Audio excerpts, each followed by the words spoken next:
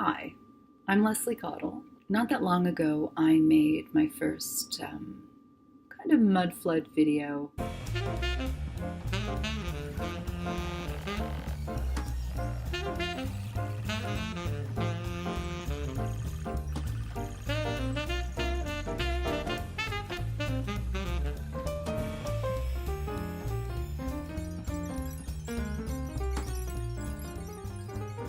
Started off more as a little history of Montreal, historical sites and whatnot, and I was doing the music and all the jazzy stuff and showing some scenes of me back in my video making days. And this time I wanted to just be straight talking. No fancy gadgets, no special effects, just me. I've been looking into Montreal for quite a while, and I wasn't really looking into the mud flood thing, but I instinctively was, but I didn't know. I was looking at the architecture, and I was looking at how all of these amazing buildings were destroyed, and which drives me crazy. And I was trying to figure out all that, because I actually live in mud flood central of Montreal. Like I live at ground zero, basically. So I've always been really kind of curious about this area, and there's a lot of strange anomalies going on. And I found those pictures of the massive floods that were happening in Montreal back in like the 1880s, around there. Those pictures were very kind of surprising. I'd never seen them before, and no one I know has ever even heard about those floods. So I thought that was kind of cool. That was a cool find. And there's some other locations here that really baffle me because the official story just doesn't make sense. St. Joseph's Oratory, right up on top of the mountain. I have studied the area, the actual grounds. There's just so many strange things about that place that don't add up. And when I look at all the photographs from days gone by,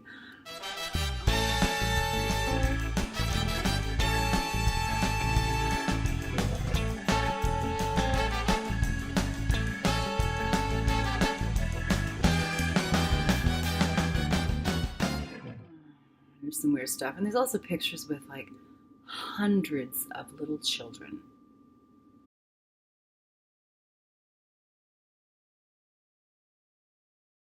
Yeah, there's that. Just a bunch of kids at the church. Who am I?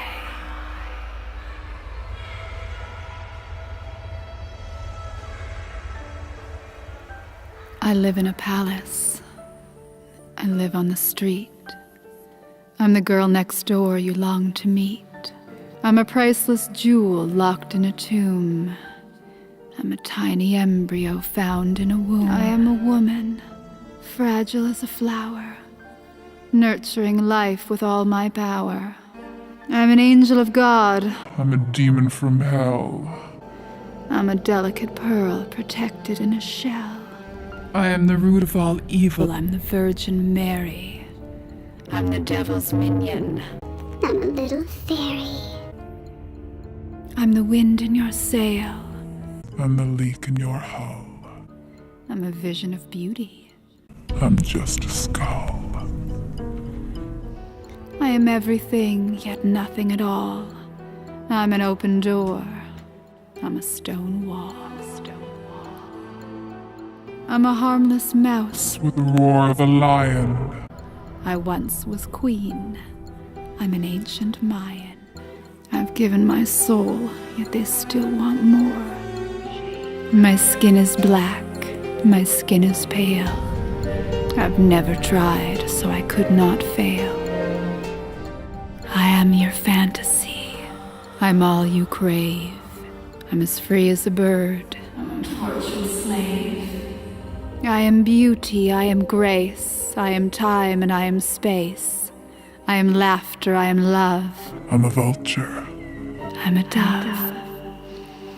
I'm a gentle breeze on a hot summer's night. I'm divine peace. I caused the fight.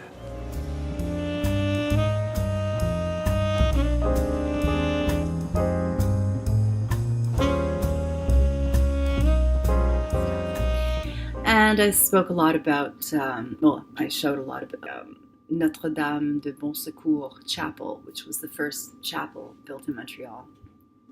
That place, as I said in the video, I had my birthday party there a couple of years ago in the crypt on Halloween.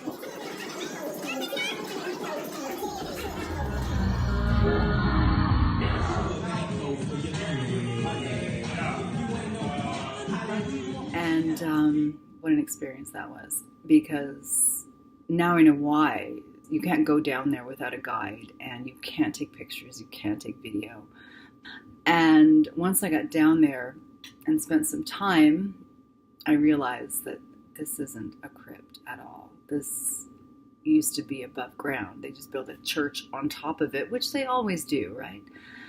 And I'm looking at the architecture of this crypt, which has all these like windows built into it and doors built into it. And I'm like, really? A crypt? And the official story, when I asked him about it, was just, oh my God, everything that I asked about there, when I got the official story, made no sense.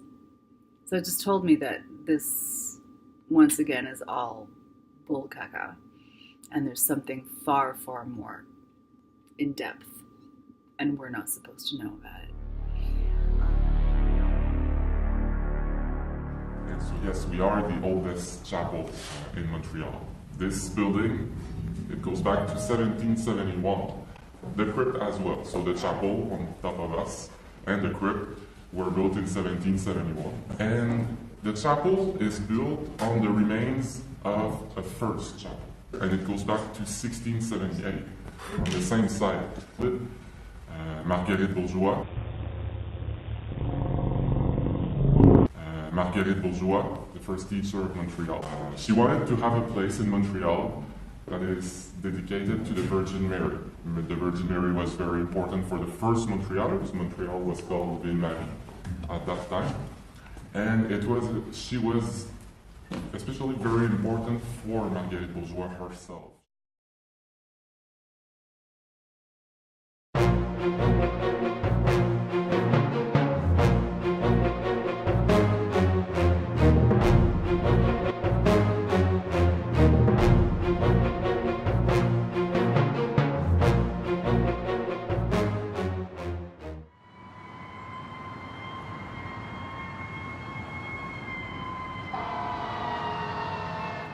Another thing that I found out was, because I'd seen a mud flood video, they talk about fires.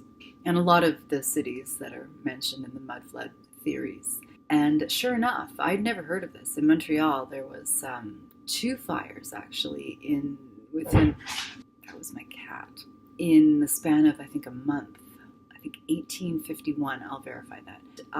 It wiped out about a quarter of the city. I think about 10,000 people were left homeless. The city went up in 20 minutes. Streets, like blocks and blocks and blocks, were just gone. The description of it didn't sound like a normal fire.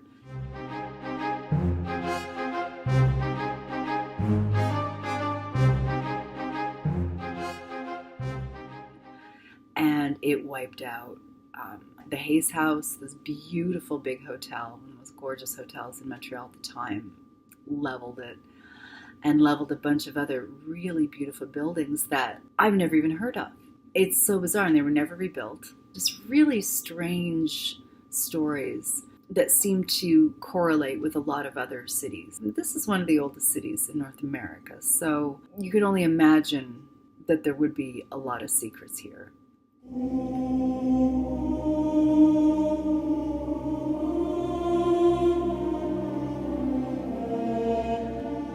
And also the incredible legend, and this always gets me every time I think about it, because the official story, once again, is Jacques Cartier came over here looking for a way to get to China.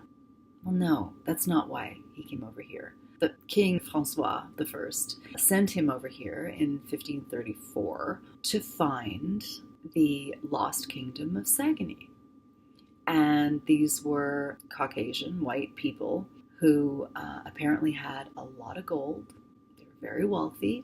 and they knew exactly how to get here.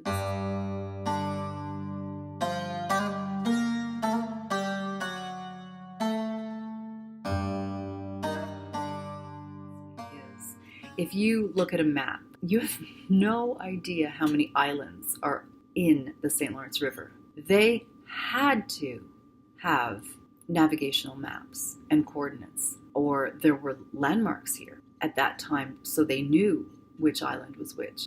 And then here's the other thing. They were looking for Hochelaga. Nobody knows where that settlement was on the island of Montreal. They have ideas, but the reason is because when Jacques Cartier got here, they found it.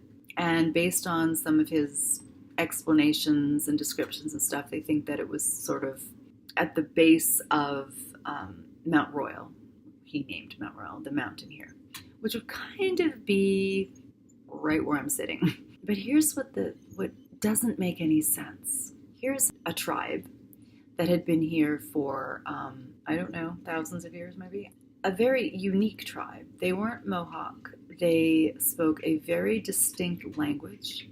Unique settlement too, because mostly the Native Americans here were nomadic, but this was a real, it was a fortress, basically, that some say had as many as 3,000 people possibly living inside the palisade. And there's some other weird stories that they kidnapped the chief and brought him back to France to meet the king, because the chief said that he knew where the kingdom of Saguenay was, but they weren't talking. So they were well aware that there were pale-skinned people. Apparently they wore furs and had a lot of gold. And the king was frantic to find these people. Who were the people, the Caucasian people that were royalty, who had a kingdom here? Were they refugees from Europe that were hiding, who were probably marked for death because they were killing a lot of royal bloodlines at that time? Were they here originally? Nobody knows. Nobody talks about it.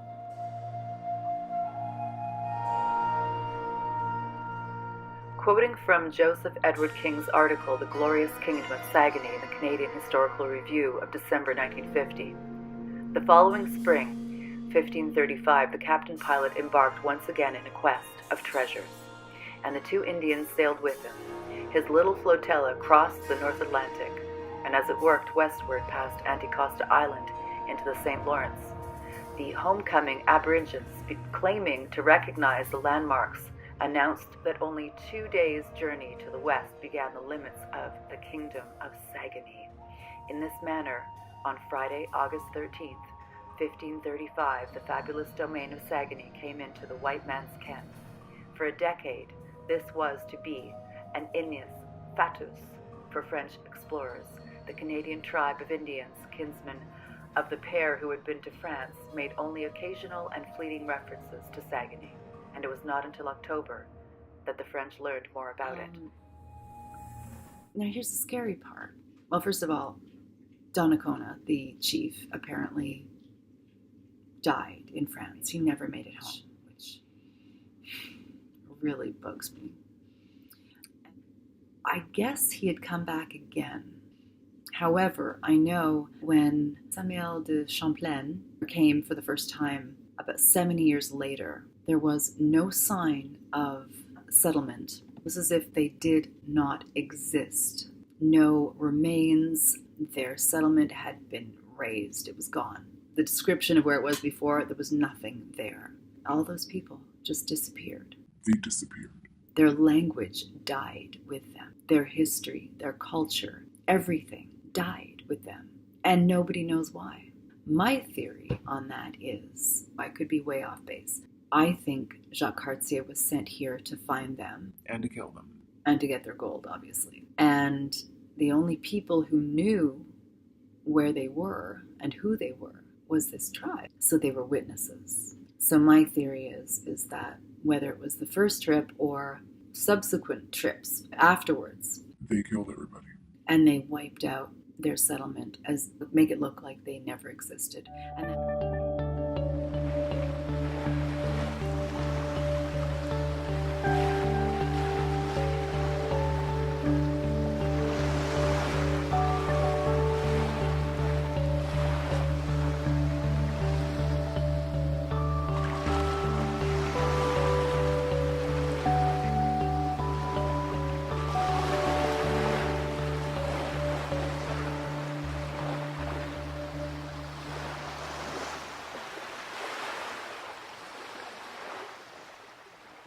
So their language died, which means the stories die, the history dies, everything dies. Everything dies. And the fact that they don't know, it could be plausible that they brought some sort of European disease there and they gave it to them, and obviously they had no immunity against it, and that could have wiped them out. However, if that were true, why would their settlement be gone? If the whole colony died, well, their settlement would still be there. That screams cover up to me. Guess I mean, I was researching that long before I'd ever heard of the mud flood theory or the Tartarians. But when I started really looking into that, I have the feeling, based on other legends, and that they were here. And we probably had beautiful, beautiful structures that they built that were leveled because powers that be wanted history to be written a certain way, and they wanted them written out. For whatever reason, I don't understand. I don't know why they had to be wiped off the face of the earth.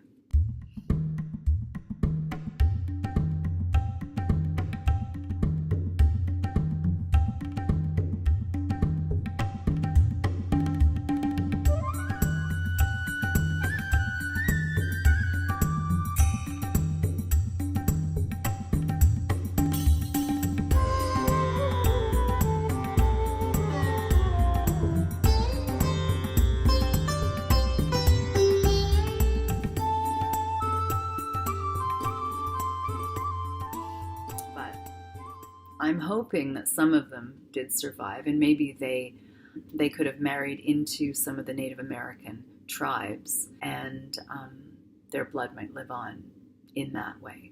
And then that also would explain how they treated the Native Americans here, because they definitely were trying to stop them from knowing their history. We know that. I mean, all the children were taken away from their families, and they were put in boarding schools, and they were stripped of their language, their belief system, religion, culture, everything.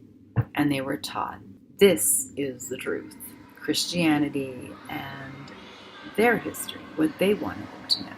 And as everyone says, it all takes is really one generation. You take one generation away from their roots, and you retrain them. I know they did extensive DNA testing on them. And this is going back.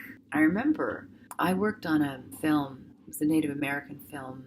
It had to be like 95, 96. And I remember speaking to them because there's a possibility that I have Native American blood. I just haven't quite found out where yet. I've got every blood. I am the United Nations.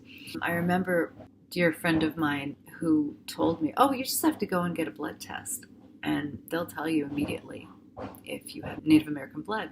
I looked at him, I'm like, what? I mean, this was before, really, that was a thing, I thought. But apparently it was with them, and they were very big on testing every single person. They were mapping their DNA. I find that very interesting. What was the big issue? Why were they so interested in their DNA?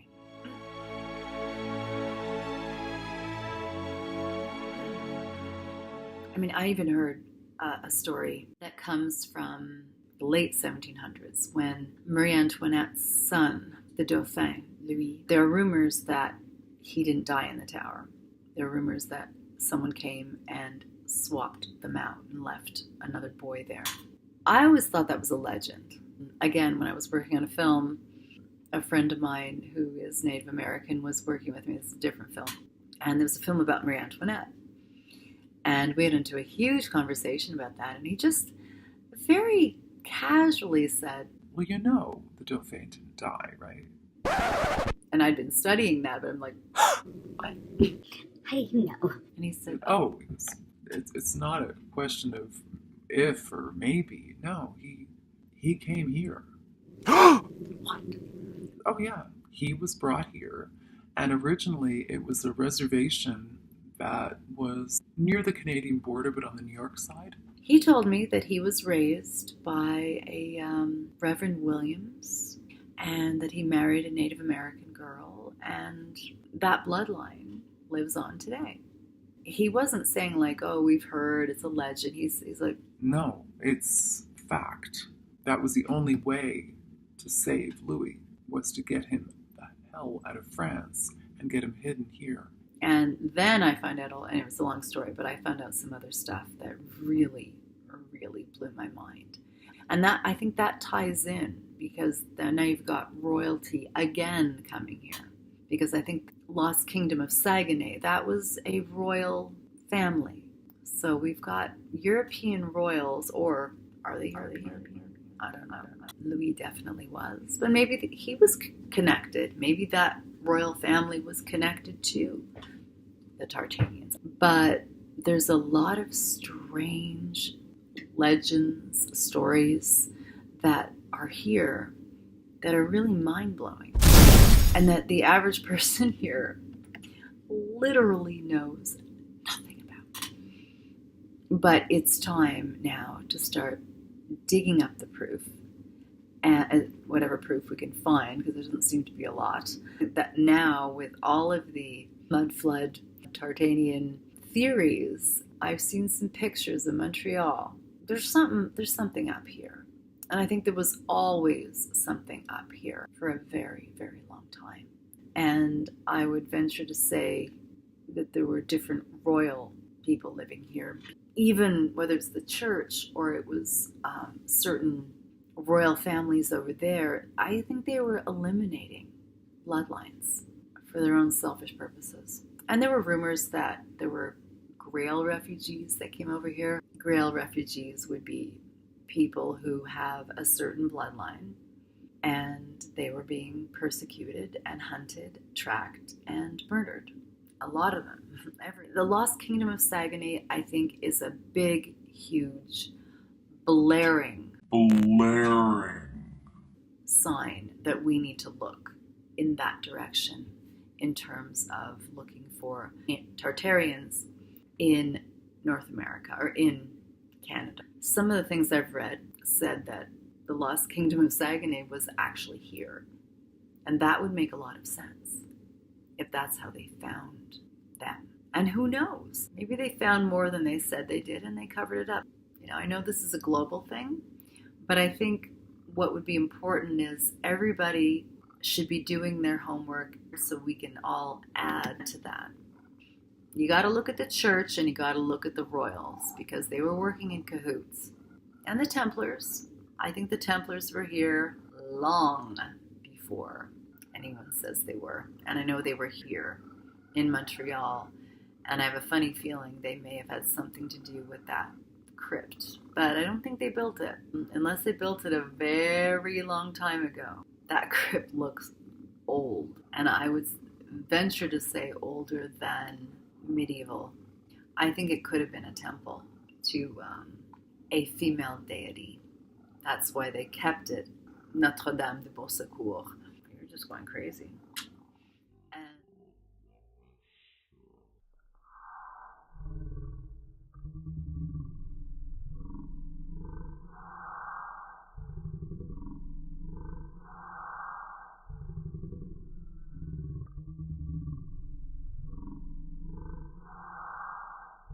And I welcome everyone's opinion. Anything to add, please feel free.